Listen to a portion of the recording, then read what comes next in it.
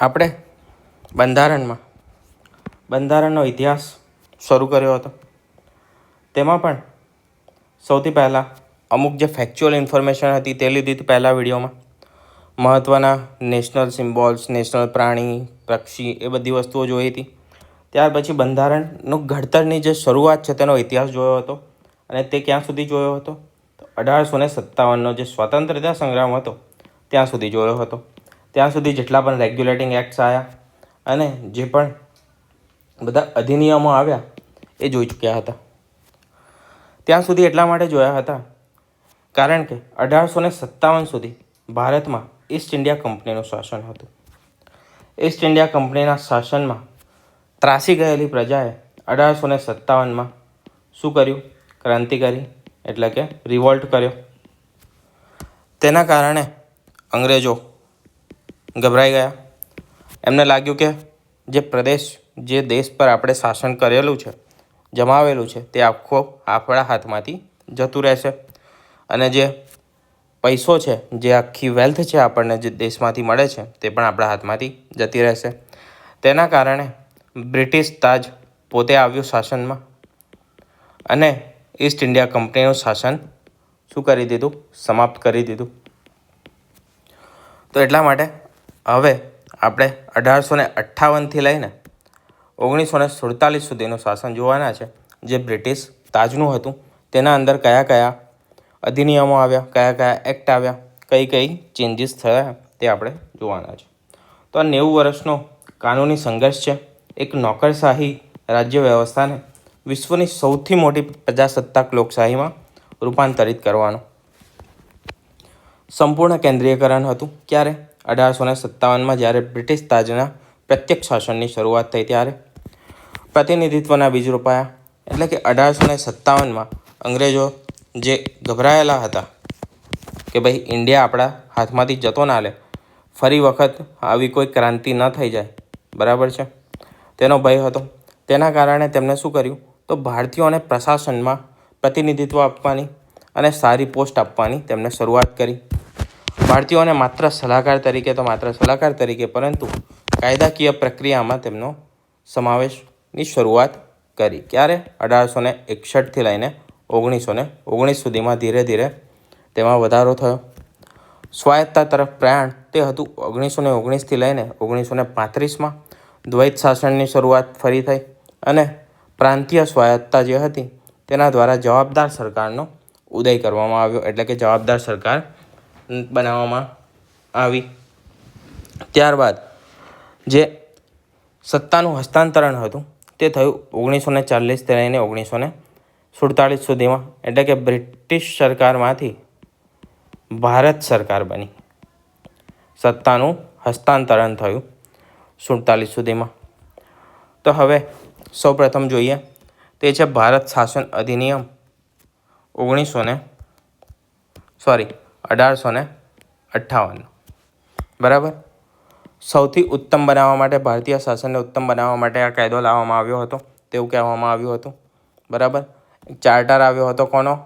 તો કે ચાર્ટર આવ્યો હતો એલિઝાબેથનો. એલિઝાબેથ કોણ હતી? એ સમયે રાણી હતી. એ સમયે રાણી કોણ હતી? વિક્ટોરિયા હતી. તો તેનો ચાર્ટર આવ્યો હતો. તેના આધારે આ અધિનિયમ બહાર પાડવામાં આવ્યો. જે દ્વિમુખી શાસન હતું પહેલાં કંપનીનું, ઈસ્ટ ઇન્ડિયા કંપનીનું, તેના અંદર શું હતું? તો કોર્ટ ઓફ ડાયરેક્ટર્સ અને બોર્ડ ઓફ કંટ્રોલ, બે પ્રકારની હતા. કોર્ટ ઓફ ડાયરેક્ટર્સ અને બોર્ડ ઓફ કંટ્રોલ. દ્વૈત શાસન હતું, બે શાસન ચલાવતા હતા કંપની દ્વારા. તો તેની શું કરી? સમાપ્તિ કરી દેવામાં આવી, તેને હટાવી દેવામાં આવ્યા અને એક નવી સિસ્ટમ લાગુ થઈ. તે કઈ હતી? તો એ આ રીતની હતી. સૌથી ઉપર બ્રિટિશ તાજ રાણી વિક્ટોરિયાનું શાસન હતું. સંપૂર્ણ સત્તા તેમના પાસે હતી. એમના નીચે ભારત સચિવ રાખવામાં આવ્યા. ભારત સચિવની જે પોસ્ટ હતી તે કોણે સમકક્ષ હતી? તો તે હતી જે ઇંગ્લેન્ડની સંસદ છે તેના કેબિનેટ મંત્રીને સમકક્ષ હતી. કોને? કેબિનેટ મંત્રીને સમકક્ષ હતા. બરાબર. અને એ ભારત સચિવને મદદ કરવા માટે 15 સભ્યોની ઇન્ડિયા કાઉન્સિલ પણ બનાવી. આ જે 15 સભ્યોની ઇન્ડિયા કાઉન્સિલ હતી તેમાં જે 7 સભ્યો હતા એ કોણ દ્વારા નિમણૂક કરવામાં આવતા હતા? તો તે નિમણૂક થતા હતા ડાયરેક્ટ સમ્રાટ દ્વારા, બ્રિટનના સમ્રાટ દ્વારા. અને જે બાકી રહેલા 8 સભ્યો હતા તે કંપનીના ડાયરેક્ટર્સ મૂકતા હતા, કંપની ડાયરેક્ટર્સ. બરાબર. ત્યાર પછી અને બીજી એક વસ્તુ કે આ જે ભારત સચિવ હતા તે ઇંગ્લેન્ડમાં બેઠા શાસન કરતા હતા ભારત પર. ક્યાં આગળ? ઇંગ્લેન્ડમાં બેસીને શાસન કરતા હતા. જો તમને ફસાવવા માટે જીપીએસસી એવું કહે કે ઇન્ડિયામાં બેસીને શાસન કરતા હતા, પરીક્ષામાં એ પ્રકારનો પ્રશ્ન આવે કોઈ પણ પરીક્ષામાં, તો એ શું કહેવાશે? વિધાન ખોટું હશે. વાઇસરોય ઓફ ઇન્ડિયા આ ક્યાં હતા? આ ભારતમાં બેસતા હતા. જે ગવર્નર જનરલ હતા તેનું પદનું શું કરી દેવામાં આવ્યું? નામ ચેન્જ કરી દેવામાં આવ્યું અને તેને વાઇસરોય ઓફ ઇન્ડિયા તરીકે ઓળખવામાં આવ્યો. સૌપ્રથમ વાઇસરોય કોણ હતો? તો સૌપ્રથમ વાઇસરોય હતો લોર્ડ કેનિંગ. કોણ હતું? Lord canning. નામ મહત્વનું છે, યાદ રાખજો. કેમ મહત્વનું છે? તો કે પ્રથમ વાઇસરોય ઓફ ઇન્ડિયા હતા એટલા માટે. તેને મદદ કરવા માટે તેમની એક કાઉન્સિલ હતી અને તેમના નીચે અલગ અલગ જે પ્રાંત હતા, મદ્રાસ છે, મુંબઈ છે, બરાબર, મધ્ય પ્રાંત છે, એ રીતે પશ્ચિમ પ્રાંત છે, એ અલગ અલગ પ્રાંતમાં તેમના ગવર્નરો અને તેમની ગવર્નિંગ કાઉન્સિલ હતી. બીજી એક શરૂઆત થઈ કે સારા હોદ્દાઓમાં પણ ઇન્ડિયાને સમાવેશ કરવો પડશે ઇન્ડિયાના નાગરિકોનો. તો તેના માટે સિવિલ સર્વિસીસની સ્પર્ધાત્મક પરીક્ષાની શરૂઆત થઈ. ક્યારે? 1858માં એડ થયા પછી. બરાબર.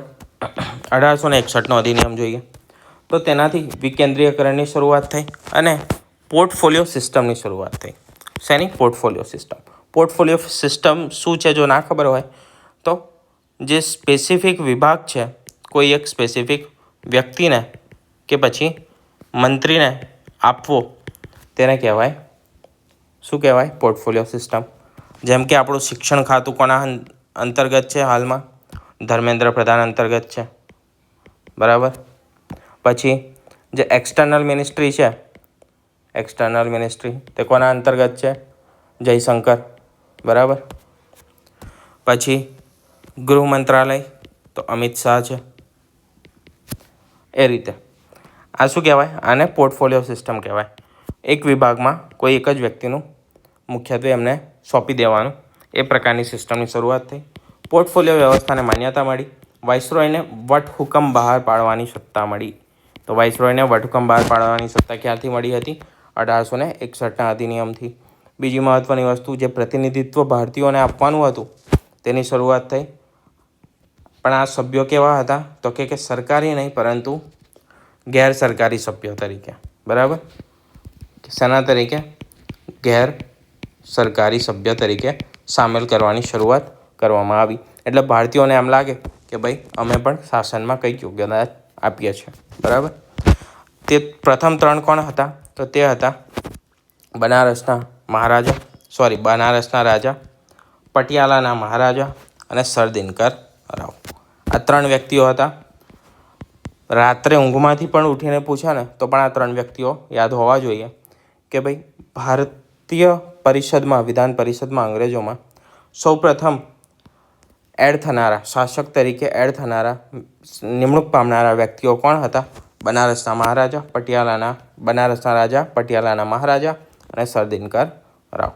તેમના પાસે કોઈ પણ પ્રકારની વાસ્તવિક સત્તા હતી નહીં, માત્ર સલાહકારી સત્તા હતી. તે લોકો સલાહ આપી શકતા હતા, એડવાઇસ આપી શકતા હતા. એ સલાહ વાઇસરોયે માનવી કે ના માનવી તે કોના અંતર્ગત હતું? તો વાઇસરોય પાસે તેની સત્તા હતી. બરાબર. ત્યાર પછી આવ્યો અધિનિયમ 1892. એ પહેલાં એક વસ્તુ કે જે વિકેન્દ્રીયકરણની શરૂઆત છે એ કેમ કહેવામાં આવે છે 1861ના અધિનિયમથી? તો જે મુંબઈ છે, બરાબર, મદ્રાસ છે, તેની જે ગવર્નિંગ કાઉન્સિલ હતી એમની પાસેથી જે કાયદા બનાવવાની સત્તા છીનવી લીધી હતી તે શું કર્યું? તે તેમને પાછી આપી દીધી. બરાબર. જેમ કે ગુજરાતમાં ગુજરાત સરકાર કાયદા બનાવે છે, મહારાષ્ટ્રમાં મહારાષ્ટ્ર સરકાર કાયદા બનાવે છે, એ જ રીતે એ સમયે જે પણ પ્રાંતની કાઉન્સિલ્સ હતી, બરાબર, રાજ્યોની કાઉન્સિલ જે હતી તે લોકોને કાયદા બનાવવાની સત્તા પાછી આપી દેવામાં આવી. તમે કમેન્ટમાં લાસ્ટ વિડીયો જોયો હોય તો એ કહેજો કે આ સત્તા કયા અધિનિયમ અંતર્ગત, કયા નિયમ અંતર્ગત પાછી લેવામાં આવી હતી. બરાબર. એ તમે જણાવજો. વિધાન પરિષદમાં બજેટ પર ચર્ચા કરવાની અને પ્રશ્નો પૂછવાની છૂટ આપી. શું કર્યું આપણે? પ્રતિનિધિત્વ તો આપી દીધું, બરાબર, કે ભાઈ લો તમને એડ કરી દીધા. પણ ધીરે ધીરે ખબર પડી શું કે ભાઈ ભારતીયોને સલાહકાર તરીકે એડ કરી દીધા છે, બરાબર. સત્તામાં શાસનમાં આપણે જઈએ તો છે, પરંતુ આપણું કશું માનતી નથી સરકાર, એટલે કે આપણું કંઈ કામ થતું નથી. તો હવે અંગ્રેજોને લાગ્યું કે આ લોકોને શું આપવું પડશે, કંઈક સત્તા પણ આપવી પડશે, કંઈક વસ્તુ આપવી પડશે, રમકડું આપવું પડશે નવું, જેથી ફરી વખત ક્રાંતિ થાય નહીં. અને બીજી એક મહત્ત્વની વસ્તુ આ બેની વચ્ચે કઈ બની, તો એ હતી 1885માં ઇન્ડિયન નેશનલ કોંગ્રેસની સ્થાપના થઈ. ઇન્ડિયન નેશનલ કોંગ્રેસની સ્થાપના કોણે કરી હતી? તો એઓ હ્યુમ દ્વારા કરવામાં આવી હતી, એક અંગ્રેજ હતો. વિધાન પરિષદમાં જે પણ ભારતીયો હતા, જે વ્યક્તિઓ હતા, બરાબર, તે લોકોને બજેટ પર ચર્ચા કરવાની છૂટ આપવામાં આવી. ભાઈ તમે ચર્ચા કરી શકો જ ભેગા થઈને, બરાબર. આવવાનું, તમારે બેસવાનું, ખાવાનું, પીવાનું, ચર્ચા કરવાની, ચા પીવાની અને ઘરે જતું રહેવાનું. તો ભાઈ અહીંયા પણ પછી લાગ્યું કે ભાઈ ના, આ લોકો ચા પીને ડાયરેક્ટ ઘરે તો નહીં જાય, પ્રોબ્લેમ ઊભા કરશે. તો શું કીધું? ભાઈ તમને પ્રશ્ન પૂછવાની છૂટ, બરાબર. શું કીધું કે ભાઈ પ્રશ્ન પૂછવાની તમને છૂટ છે. પણ શેના પ્રશ્નો પૂછવાના? તો ખાલી મેલોડીને લગતા પ્રશ્નો પૂછવાના. કેરી તમે ખાઓ છો કે નહીં, એવા પ્રશ્નો પૂછવાના, બરાબર. ઇન શોર્ટ, ખાલી એક જ પ્રશ્ન પૂછવાની છૂટ આપી, બરાબર. જે તમે પ્રશ્ન પૂછ્યો એ એક જ, એનો પૂરક પ્રશ્ન પૂછવાનો અધિકાર ન હતો. ક્યારે? 1892માં. એક જ વાર પૂછવાનું તમારે, એનો જવાબ આવે તો ઠીક, ના આવે તો પણ કાંઈ નહીં, બરાબર. વાઇસરોય ચાલી જાય મિટિંગમાંથી બહાર તો પણ કંઈ ફરક પડતો નથી. એ રીતની સિસ્ટમ હતી.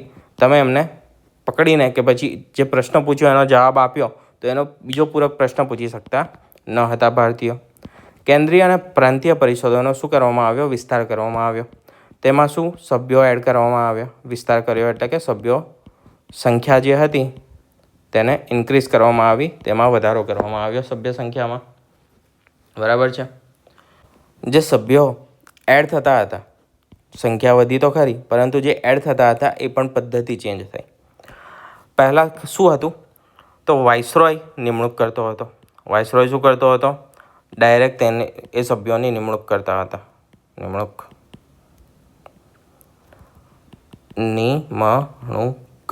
બરાબર. પરંતુ હવે શું થયું?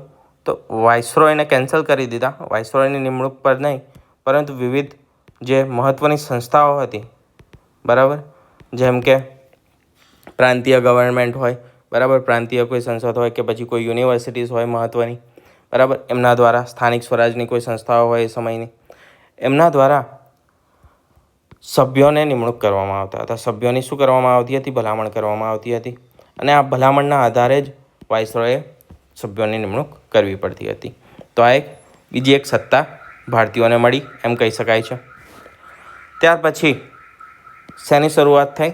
તો સાંપ્રદાયિક વિભાજનની શરૂઆત થઈ, એટલે કે મોર્લે મિન્ટોના સુધારો.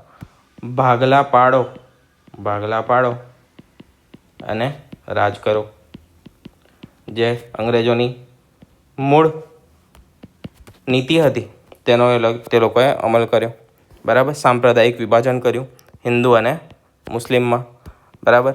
1905માં શું કર્યું હતું? તો બંગાળના ભાગલા કર્યા હતા, યાદ હશે તમને. અને એના આધારે સાંપ્રદાયિક મતોનું વિભાજન કરવામાં આવ્યું હતું. સાંપ્રદાયિક ચૂંટણી વ્યવસ્થા દાખલ કરવામાં આવી. સેપરેટ ઇલેક્ટોરેટ, એટલે કે મુસ્લિમ સભ્યોની ચૂંટણીમાં માત્ર મુસ્લિમ મતદારો ભાગ લઈ શકે. લોર્ડ મિન્ટો સાંપ્રદાયિક ચૂંટણીના જનક તરીકે ઓળખવામાં આવે છે. કોનું નામ યાદ રાખવાનું છે? સાંપ્રદાયિક ચૂંટણીના જનક, સાંપ્રદાયિક ચૂંટણીના પિતા તરીકે લોર્ડ મિન્ટોનું નામ યાદ રાખવાનું છે. મોર્લે મિન્ટો સુધારામાં તે વસ્તુ એડ થઈ હતી. ત્યાર પછી જે પરિષદોની સત્તા હતી તેમાં વધારો થયો. ઓબ્વિયસલી છે કે ભાઈ જે ક્રાંતિ થઈ હતી, બરાબર, 1857ની, ત્યારથી થોડા લોકો શું થતા હતા? જાગૃત થતા રહેતા હતા, બરાબર. તેના કારણે ત્યારબાદ કોંગ્રેસની સ્થાપના થઈ. એમાં પણ લોકોએ શું કર્યું? જાગૃતિ વધારવાનું કામ કર્યું નેતાઓએ. તેના કારણે ભારતીયોમાં જાગૃતિમાં વધારો થતો હતો. તેમના અધિકારો, તેમની સત્તાઓ, તેના પ્રત્યે તે લોકો વધારે ને વધારે જાગૃત થતા હતા, શિક્ષિત થતા હતા. તેના કારણે તે લોકોની માંગણી પણ વધતી હતી. તો સત્તામાં પણ તેમને વધારો કરવો પડતો હતો. હવે અનુપૂરક પ્રશ્નો પૂછવાની પણ છૂટ આપવામાં આવી. 1892માં શું કર્યું હતું? ચર્ચા કરવાની અને પ્રશ્ન પૂછવાની છૂટ આપી હતી, પરંતુ પૂરક પ્રશ્ન ના પાડી દીધી હતી. અહીંયા આગળ પૂરક પ્રશ્ન પૂછવાની છૂટ આપવી પડી અને બજેટ પર તેમને મતદાન કરવાની પણ છૂટ આપવી પડી. હવે મતદાનમાં પણ એ લોકો ભાગ લઈ શકતા હતા. સત્યેન્દ્ર પ્રસાદ સિન્હા, આ નામ ખાસ યાદ રાખજો. શું હતું? તો વાઇસરોયની કારોબારીમાં, ક્યાં આગાડી? કારોબારીમાં ન્યાયિક સભ્ય તરીકે નિમણૂક પામનારા સૌપ્રથમ ભારતીય હતા. બરાબર. આ પહેલાં કારોબારીમાં નહોતા સમાવવામાં આવતા સભ્યોને. બરાબર. શેમાં હતા? પરિષદમાં હતા. કારોબારીમાં તેમનો સમાવેશ કરવામાં આવતો ન હતો. તો એક તો સૌથી પહેલાં સલાહકાર તરીકે અથવા તો શાસનમાં પરિષદ છે તેમાં એડ થનારા વ્યક્તિ કોણ હતા? બનારસના રાજા, પટિયાલાના મહારાજા અને સરદિનકર રાવ. ત્યારબાદ વાઇસરોયની કારોબારીમાં સામેલ એડ થનારા સૌપ્રથમ સભ્ય કોણ હતા? તે હતા સત્યેન્દ્ર પ્રસાદ સિન્હા. હવે આગળ વાત કરીએ તો કયો છે? ડાયાર્કી. બરાબર. એટલે કે દ્વૈત શાસન. તે હતું 1919નું. પ્રાંતીય સરકારમાં દ્વૈત શાસનની શરૂઆત. એટલે કે હસ્તાંતરિત વિષયો અને આરક્ષિત વિષયો, આ રીતે બે વિષયો અલગ પાડવામાં આવ્યા. બરાબર. ટ્રાન્સફર સબ્જેક્ટ અને રિઝર્વ સબ્જેક્ટ્સ. ટ્રાન્સફર સબ્જેક્ટ કયા કયા હતા? એટલે કે હસ્તાંતરિત વિષયો તો શિક્ષણ છે, આરોગ્ય છે, એ પ્રકારના વિષયો. જેના પર વહીવટ કોણ કરતું હતું? તો ગવર્નર અને મંત્રીમંડળ દ્વારા શાસિત જે લોકો હતા તેમના દ્વારા વહીવટ ચલાવવામાં આવતો હતો. સ્થિતિ શું હતી? તો વિધાન પરિષદને આ લોકો જવાબદાર હતા. આ બધા મુદ્દે વિધાન પરિષદને જવાબદાર હતા. જે મહત્ત્વના મુદ્દાઓ હતા તેને આરક્ષિત રાખવામાં આવ્યા, જેમ કે નાણાં છે, મહેસૂલ છે, કાયદો છે, વ્યવસ્થા છે.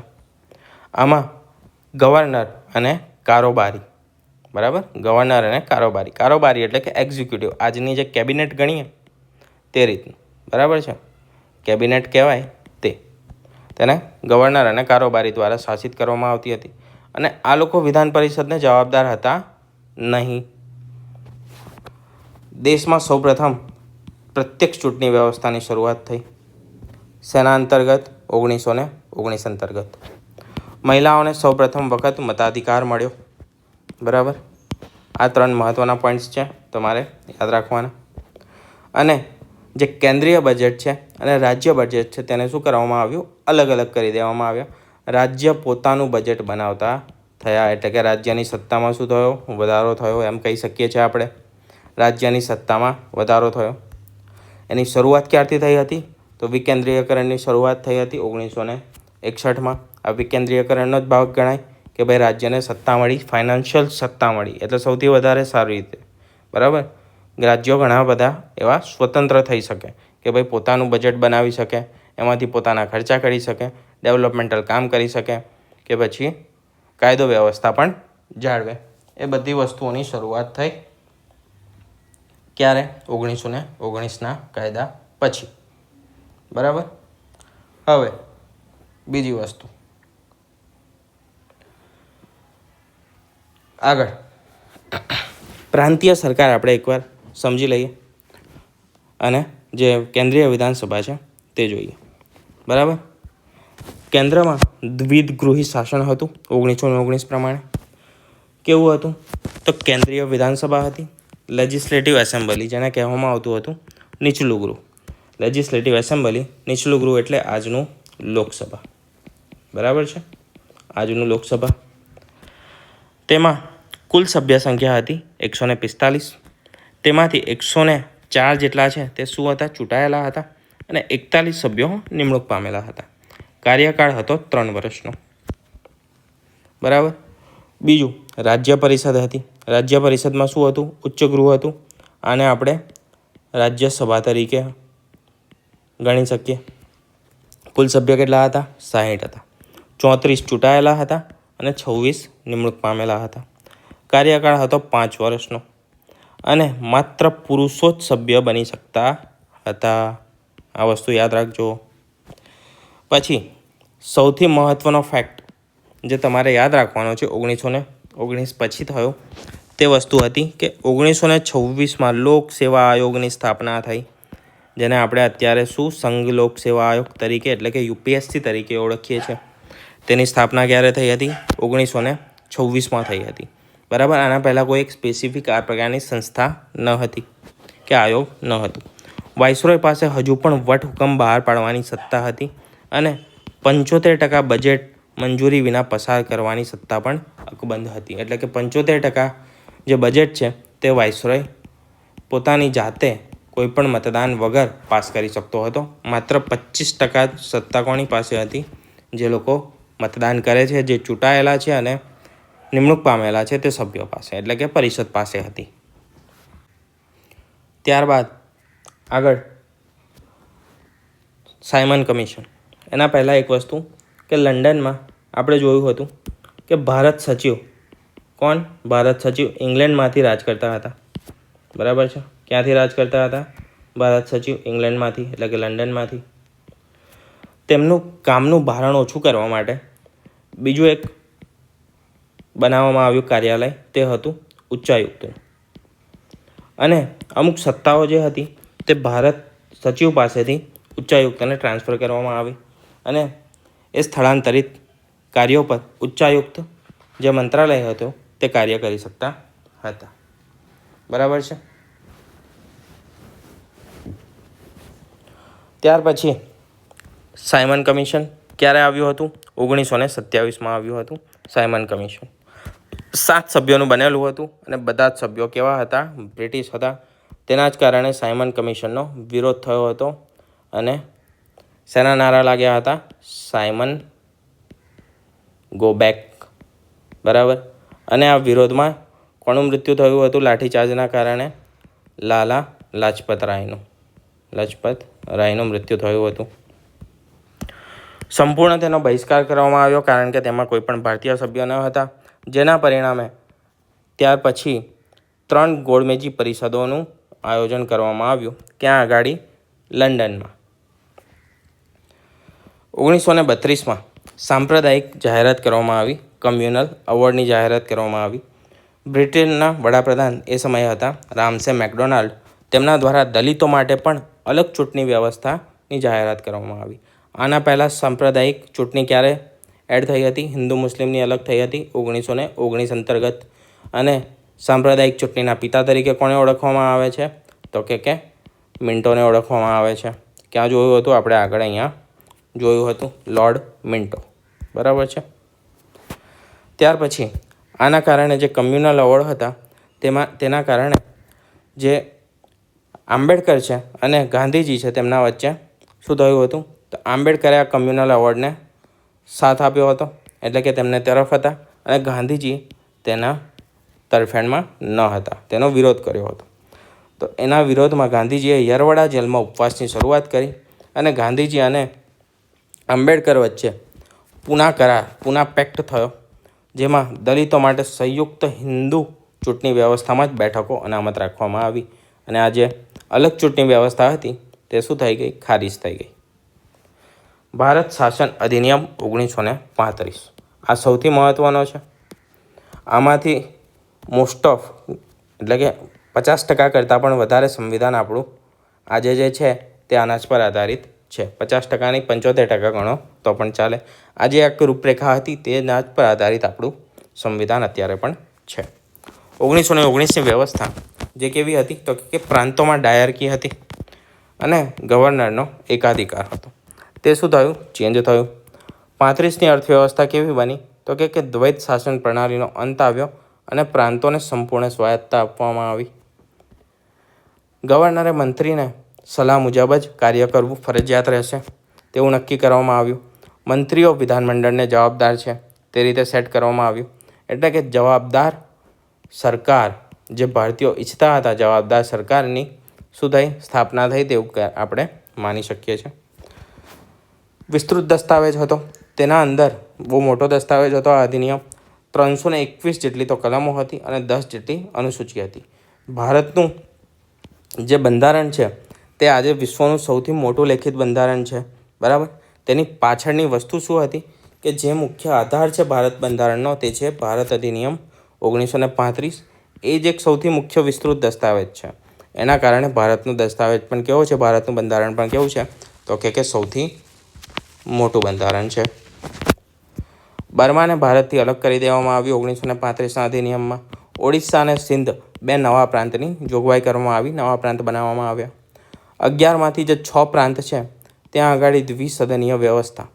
કયા કયા હતા તે? બંગાળ છે, મુંબઈ છે, મદ્રાસ છે, બિહાર છે, સંયુક્ત પ્રાંત અને અસમ. બરાબર.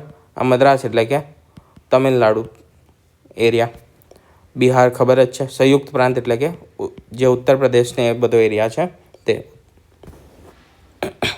આસામ જે અત્યારે છે એ જ છે, બંગાળ પણ એ જ, પરંતુ બંગાળમાં પૂર્વ બંગાળ અને પશ્ચિમ બંગાળ બંને સામેલ હતું એ સમયે. ગવર્મેન્ટ ઓફ ઇન્ડિયા એક્ટ 1935માં ફેડરલ સ્ટ્રક્ચર અપનાવવામાં આવ્યું હતું, એટલે કે સંઘીય વ્યવસ્થા હતી, અપનાવવામાં આવી હતી.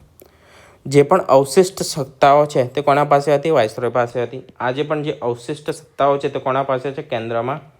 કેન્દ્ર સરકાર પાસે છે, એટલે કે સંસદ પાસે છે.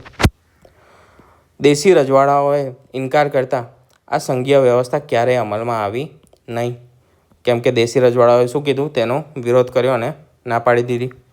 અખિલ ભારતીય સંઘ એટલે કે ફેડરલ રૂફ કેવું હતું? તો કેન્દ્ર યાદી હતી, તેની અંદર 59 વિષયો હતા, રાજ્ય યાદી 54 વિષય અને સંયુક્ત યાદી તેમાં 36 વિષયનો સમાવેશ કરવામાં આવ્યો હતો. આજે પણ આપણા બંધારણમાં આ જ રીતની 3 યાદી છે, કેન્દ્ર યાદી છે, રાજ્ય યાદી છે અને સંયુક્ત યાદી છે. કેન્દ્રમાં કેન્દ્ર બનાવે છે, રાજ્યમાં વિવિધ રાજ્યો કાયદા બનાવે છે અને સંયુક્ત યાદીમાં બંને કાયદા બનાવી શકે છે. પરંતુ જો કોઈ એક વિષય પર બંનેના કાયદા સેમ હોય તો લાગુ કોનું પડે? તો કેન્દ્ર સરકારનું લાગુ પડશે. તે શું દર્શાવે છે? તો તે અવશિષ્ટ શક્તિઓ દર્શાવે છે કે તે કેન્દ્ર બની છે. બીજું, કેન્દ્રમાં દ્વૈત શાસનની શરૂઆત થઈ, એટલે કે આરક્ષિત વિષયો અને હસ્તાંતરિત વિષયો. હમણાં જ આપણે જોઈ ગયા કેવી રીતના હતા તે. ત્યારબાદ આ એક સૌથી મહત્ત્વની વસ્તુ છે કે ભારતીય રિઝર્વ બેંક જે સેન્ટ્રલ બેંક છે આપણી, તેની સ્થાપના થઈ. ક્યારે થઈ હતી? 1 એપ્રિલ 1935માં થઈ હતી આરબીઆઈની સ્થાપના. ખાસ યાદ રાખજો, 1935. તારીખ કઈ છે? 1 એપ્રિલ. બરાબર. સંઘીય ન્યાયાલયની સ્થાપના થઈ, એટલે કે ફેડરલ કોર્ટ, જેને આપણે સુપ્રીમ કોર્ટ કહીએ છીએ, તેની સ્થાપના થઈ. ક્યારે? 1937માં. સંઘર્ષ અને અસ્વીકાર. બરાબર. આમાં આપણે મુખ્ય વસ્તુઓ કઈ કઈ જોવાના છે તે જોઈ લઈએ. તો આવી હતી, સૌથી પહેલાં આવ્યું 1940માં, તે હતો ઓગસ્ટ પ્રસ્તાવ. બરાબર. ઓગસ્ટ પ્રસ્તાવ શું હતો? તો ડોમિનિયન સ્ટેટ આપવાનો હતો. હવે ભારતીયો 1925 1927 સુધી શું માગતા હતા? ડોમિનિયન સ્ટેટ માગતા હતા કે ભાઈ ભલે શાસન તમારું રહેશે, બરાબર, રાજ તમે કરશો, મુખ્ય જે સત્તાઓ છે તે ઇંગ્લેન્ડ પાસે ભલે રહે, પરંતુ અમને અમારી સરકાર બનાવવાનું અને ભારતીયોના બનેલી જે સરકાર છે તે ભારત પર રાજ કરશે, કાયદા બનાવશે, એવું એક સ્ટેટસ આપી દો. બરાબર છે. એને કહેવાતું હતું ડોમિનિયન સ્ટેટસ. બરાબર. ભારતની જે જનતા છે તે જ લોકો ચૂંટશે, ભારતીયોને ચૂંટશે અને તે લોકો શાસન કરશે. પરંતુ જે મુખ્ય સત્તાઓ છે, એન્ડ સત્તાઓ, તે કોના પાસે હશે? અંગ્રેજો પાસે ભલે રહે. 1929માં જે લાહોરનું અધિવેશન ભરાયું હતું તેમાં શું કર્યું? ભારતીયોએ હવે જ ના પાડી દીધી, ભાઈ ડોમિનિયન સ્ટેટ નથી જોઈતું, હવે શું જોઈએ છે? સીધું સ્વતંત્રતા જોઈએ છે ભાઈ અમને. બરાબર. અંગ્રેજો કોઈ જોઈએ જ નહીં, ભારતીયો જ રહેશે, ભારતીય સરકાર બનાવશે, ભારતીય શાસન કરશે, બધી જ વસ્તુ ભારતીય પાસે રહેશે, અંગ્રેજ જોઈએ જ નહીં. એ ક્યારે થઈ ગયું હતું? 1929માં. અને આ ભાઈ ડોમિનિયન સ્ટેટસ લઈને ક્યારે આવ્યા? 1940માં. સ્વાભાવિક વસ્તુ છે, એને ના પાડી દેવાના છે, એટલે એનો ગેટ ક્લોઝ કરી દો તો નીકળ ભાઈ. કોંગ્રેસ અને મુસ્લિમ લીગે બંને શું કર્યું? તેનો અસ્વીકાર કરી દીધો. ત્યાર પછી મોકલ્યો ક્રિપ્સભાઈને આવ્યા. બરાબર. ક્રિપ્સ મિશન લઈને આવ્યા ક્રિપ્સભાઈ. યુદ્ધ પછી કયું યુદ્ધ? તો કે વર્લ્ડ વોર 2. બરાબર. બીજું જે વિશ્વયુદ્ધ હતું તેના પછી પ્રસ્તાવ હતો કે યુદ્ધ પછી બંધારણ સભા અને સંઘ તેની સ્થાપના કરી આપવામાં આવશે. પરંતુ આ ભાઈ પણ કેવા ગયા? નિષ્ફળ ગયા. બરાબર. ક્રિપ્સભાઈ પણ શું થયું, નિષ્ફળ ગયા, એમને પણ ધકેલી મૂક્યા, પાછળથી કાઢી મેલ્યા. પણ ક્રિપ્સ મિશનમાં આપણે મુખ્ય વસ્તુ કઈ કઈ યાદ રાખવાની છે એ જોઈ લઈએ.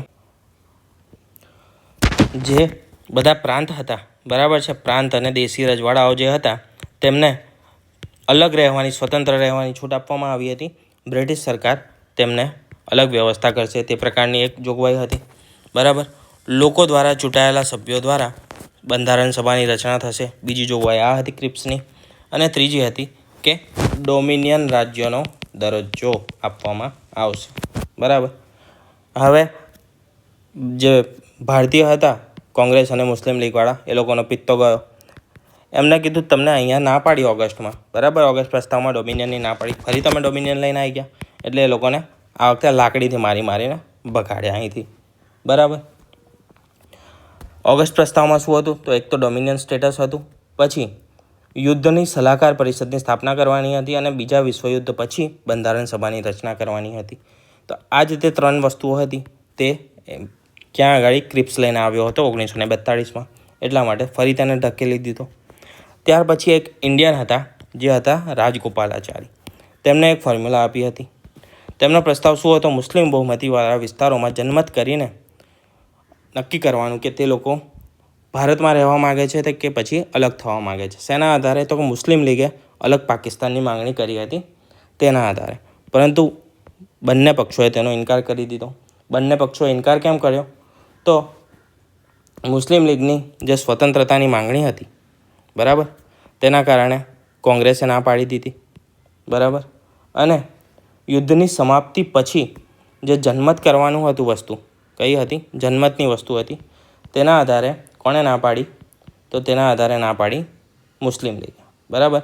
અને દેશનું જો વિભાજન થાય તો તે સ્થિતિમાં આવશ્યક વિષયો, જે મહત્ત્વના વિષયો હતા, જેમ કે સંરક્ષણ છે, સંચાર છે, વાણિજ્ય છે, તે બંને દેશોના શું કરવાનું, વચ્ચે વહેંચી દેવાની સમજૂતી હતી. બરાબર. તો 2 અલગ અલગ શરત હતી, તેના કારણે બંને પક્ષોએ ના પાડી દીધી.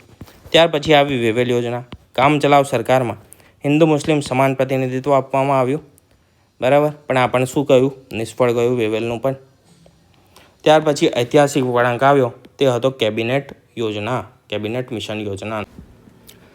કેબિનેટ મિશન યોજનામાં કેબિનેટ મિશન 3 સભ્ય લઈને આવ્યા હતા. કોણ કોણ હતા, પેથિક લોરેન્સ, સ્ટ્રેફર્ડ ક્રિપ્સ અને એવી એલેક્ઝાન્ડર.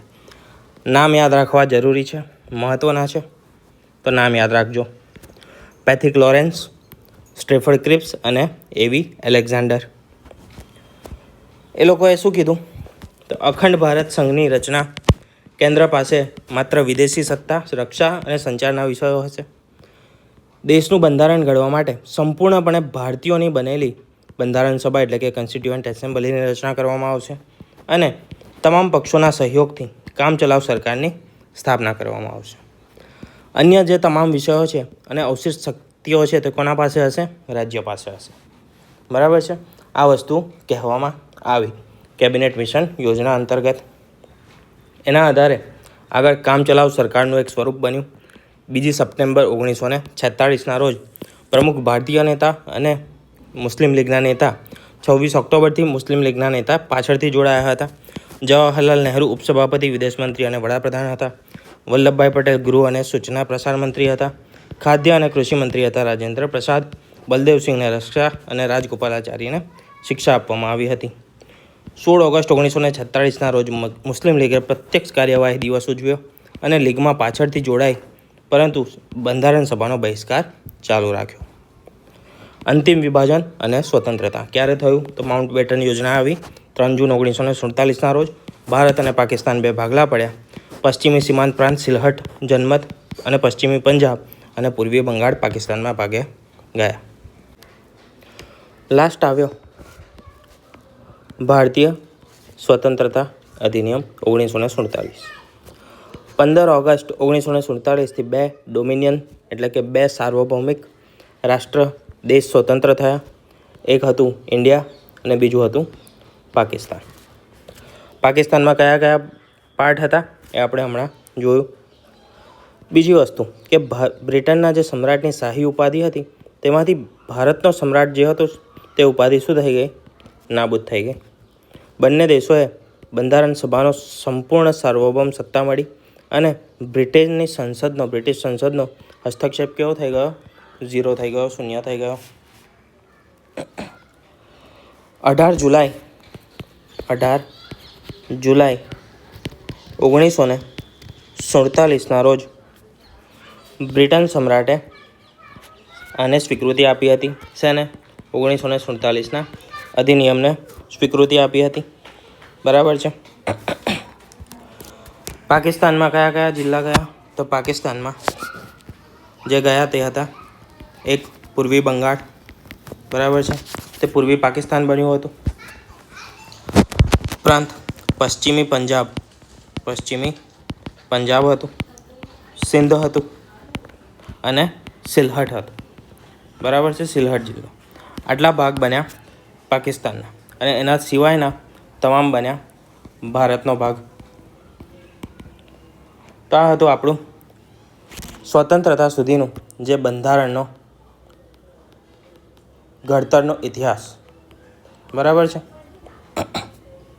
નેક્સ્ટમાં આપણે બંધારણથી સ્ટાર્ટ કરીશું કે બંધારણની સભા જે હતી તેની રચના કેવી થઈ, તે સભામાં કોણે કઈ કામગીરી કરી હતી, એ બધી વસ્તુ આપણે જોઈશું.